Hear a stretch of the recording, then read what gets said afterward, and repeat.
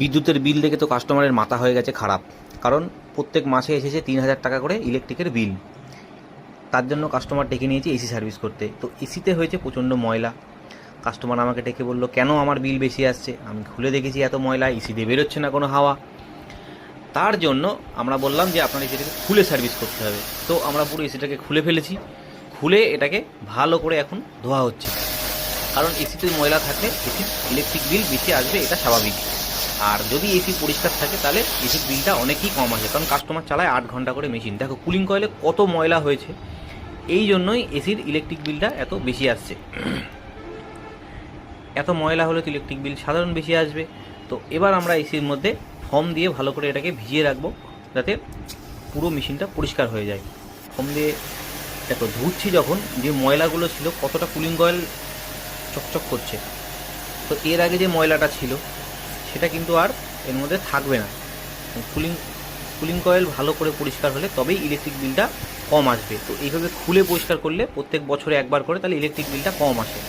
কারণ কাস্টমারের মেশিন বেশি চলে না, 8 ঘন্টা করে চলে, কিন্তু বাড়িটা ওনার রাস্তার ধারে, ঘরে অনেক ধুলো হয় ওনার। তো এই জন্যে উনি আমাদেরকে বললো যে আমাকে যেভাবেই হোক ইলেকট্রিক বিলকে কমিয়ে দিতে হবে। যেমন কথা সেরকম কাজ, খুলে ফেললাম মেশিন। খুলে এখন পুরো কুলিং কয়েলটাকে ধুয়ে নিচ্ছি। দেখো ধোয়া হয়ে গেছে, কুলিং কয়েল এখন চকচক করছে। কিন্তু এর আগে যে ময়লাটা ছিল, এবার দেখো কতটা গ্লেজিং দিচ্ছে ধোয়ার পরে। ভিডিওতে তো পুরোটা দেখানো সম্ভব না, আমরা পুরো খুলে অনেকক্ষণ, আধা ঘন্টা ধরে এটাকে ধুয়েছি।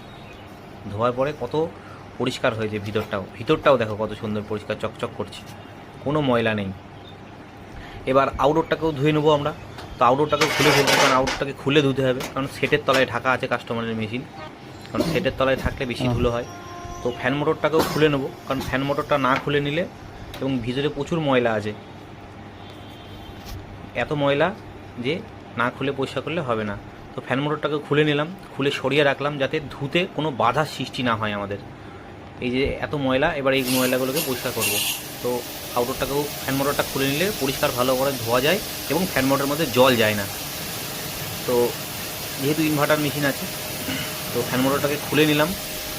খুলে ভালো করে ধোয়া হচ্ছে এখন। দেখো কত কত ময়লা রয়েছে ভিতরে। সব ময়লা ভালো করে ধোবো, ধুয়ে পরিষ্কার করব। এবার দেখো পরিষ্কার হওয়ার পরে কত সুন্দর লাগছে জিনিসটা দেখতে। পুরো এপর ওপাশ দেখা যাচ্ছে, এত সুন্দর পরিষ্কার হয়েছে। এবং সাইড থেকেও দেখো, সাইডেও কিন্তু সুন্দর পরিষ্কার হয়েছে।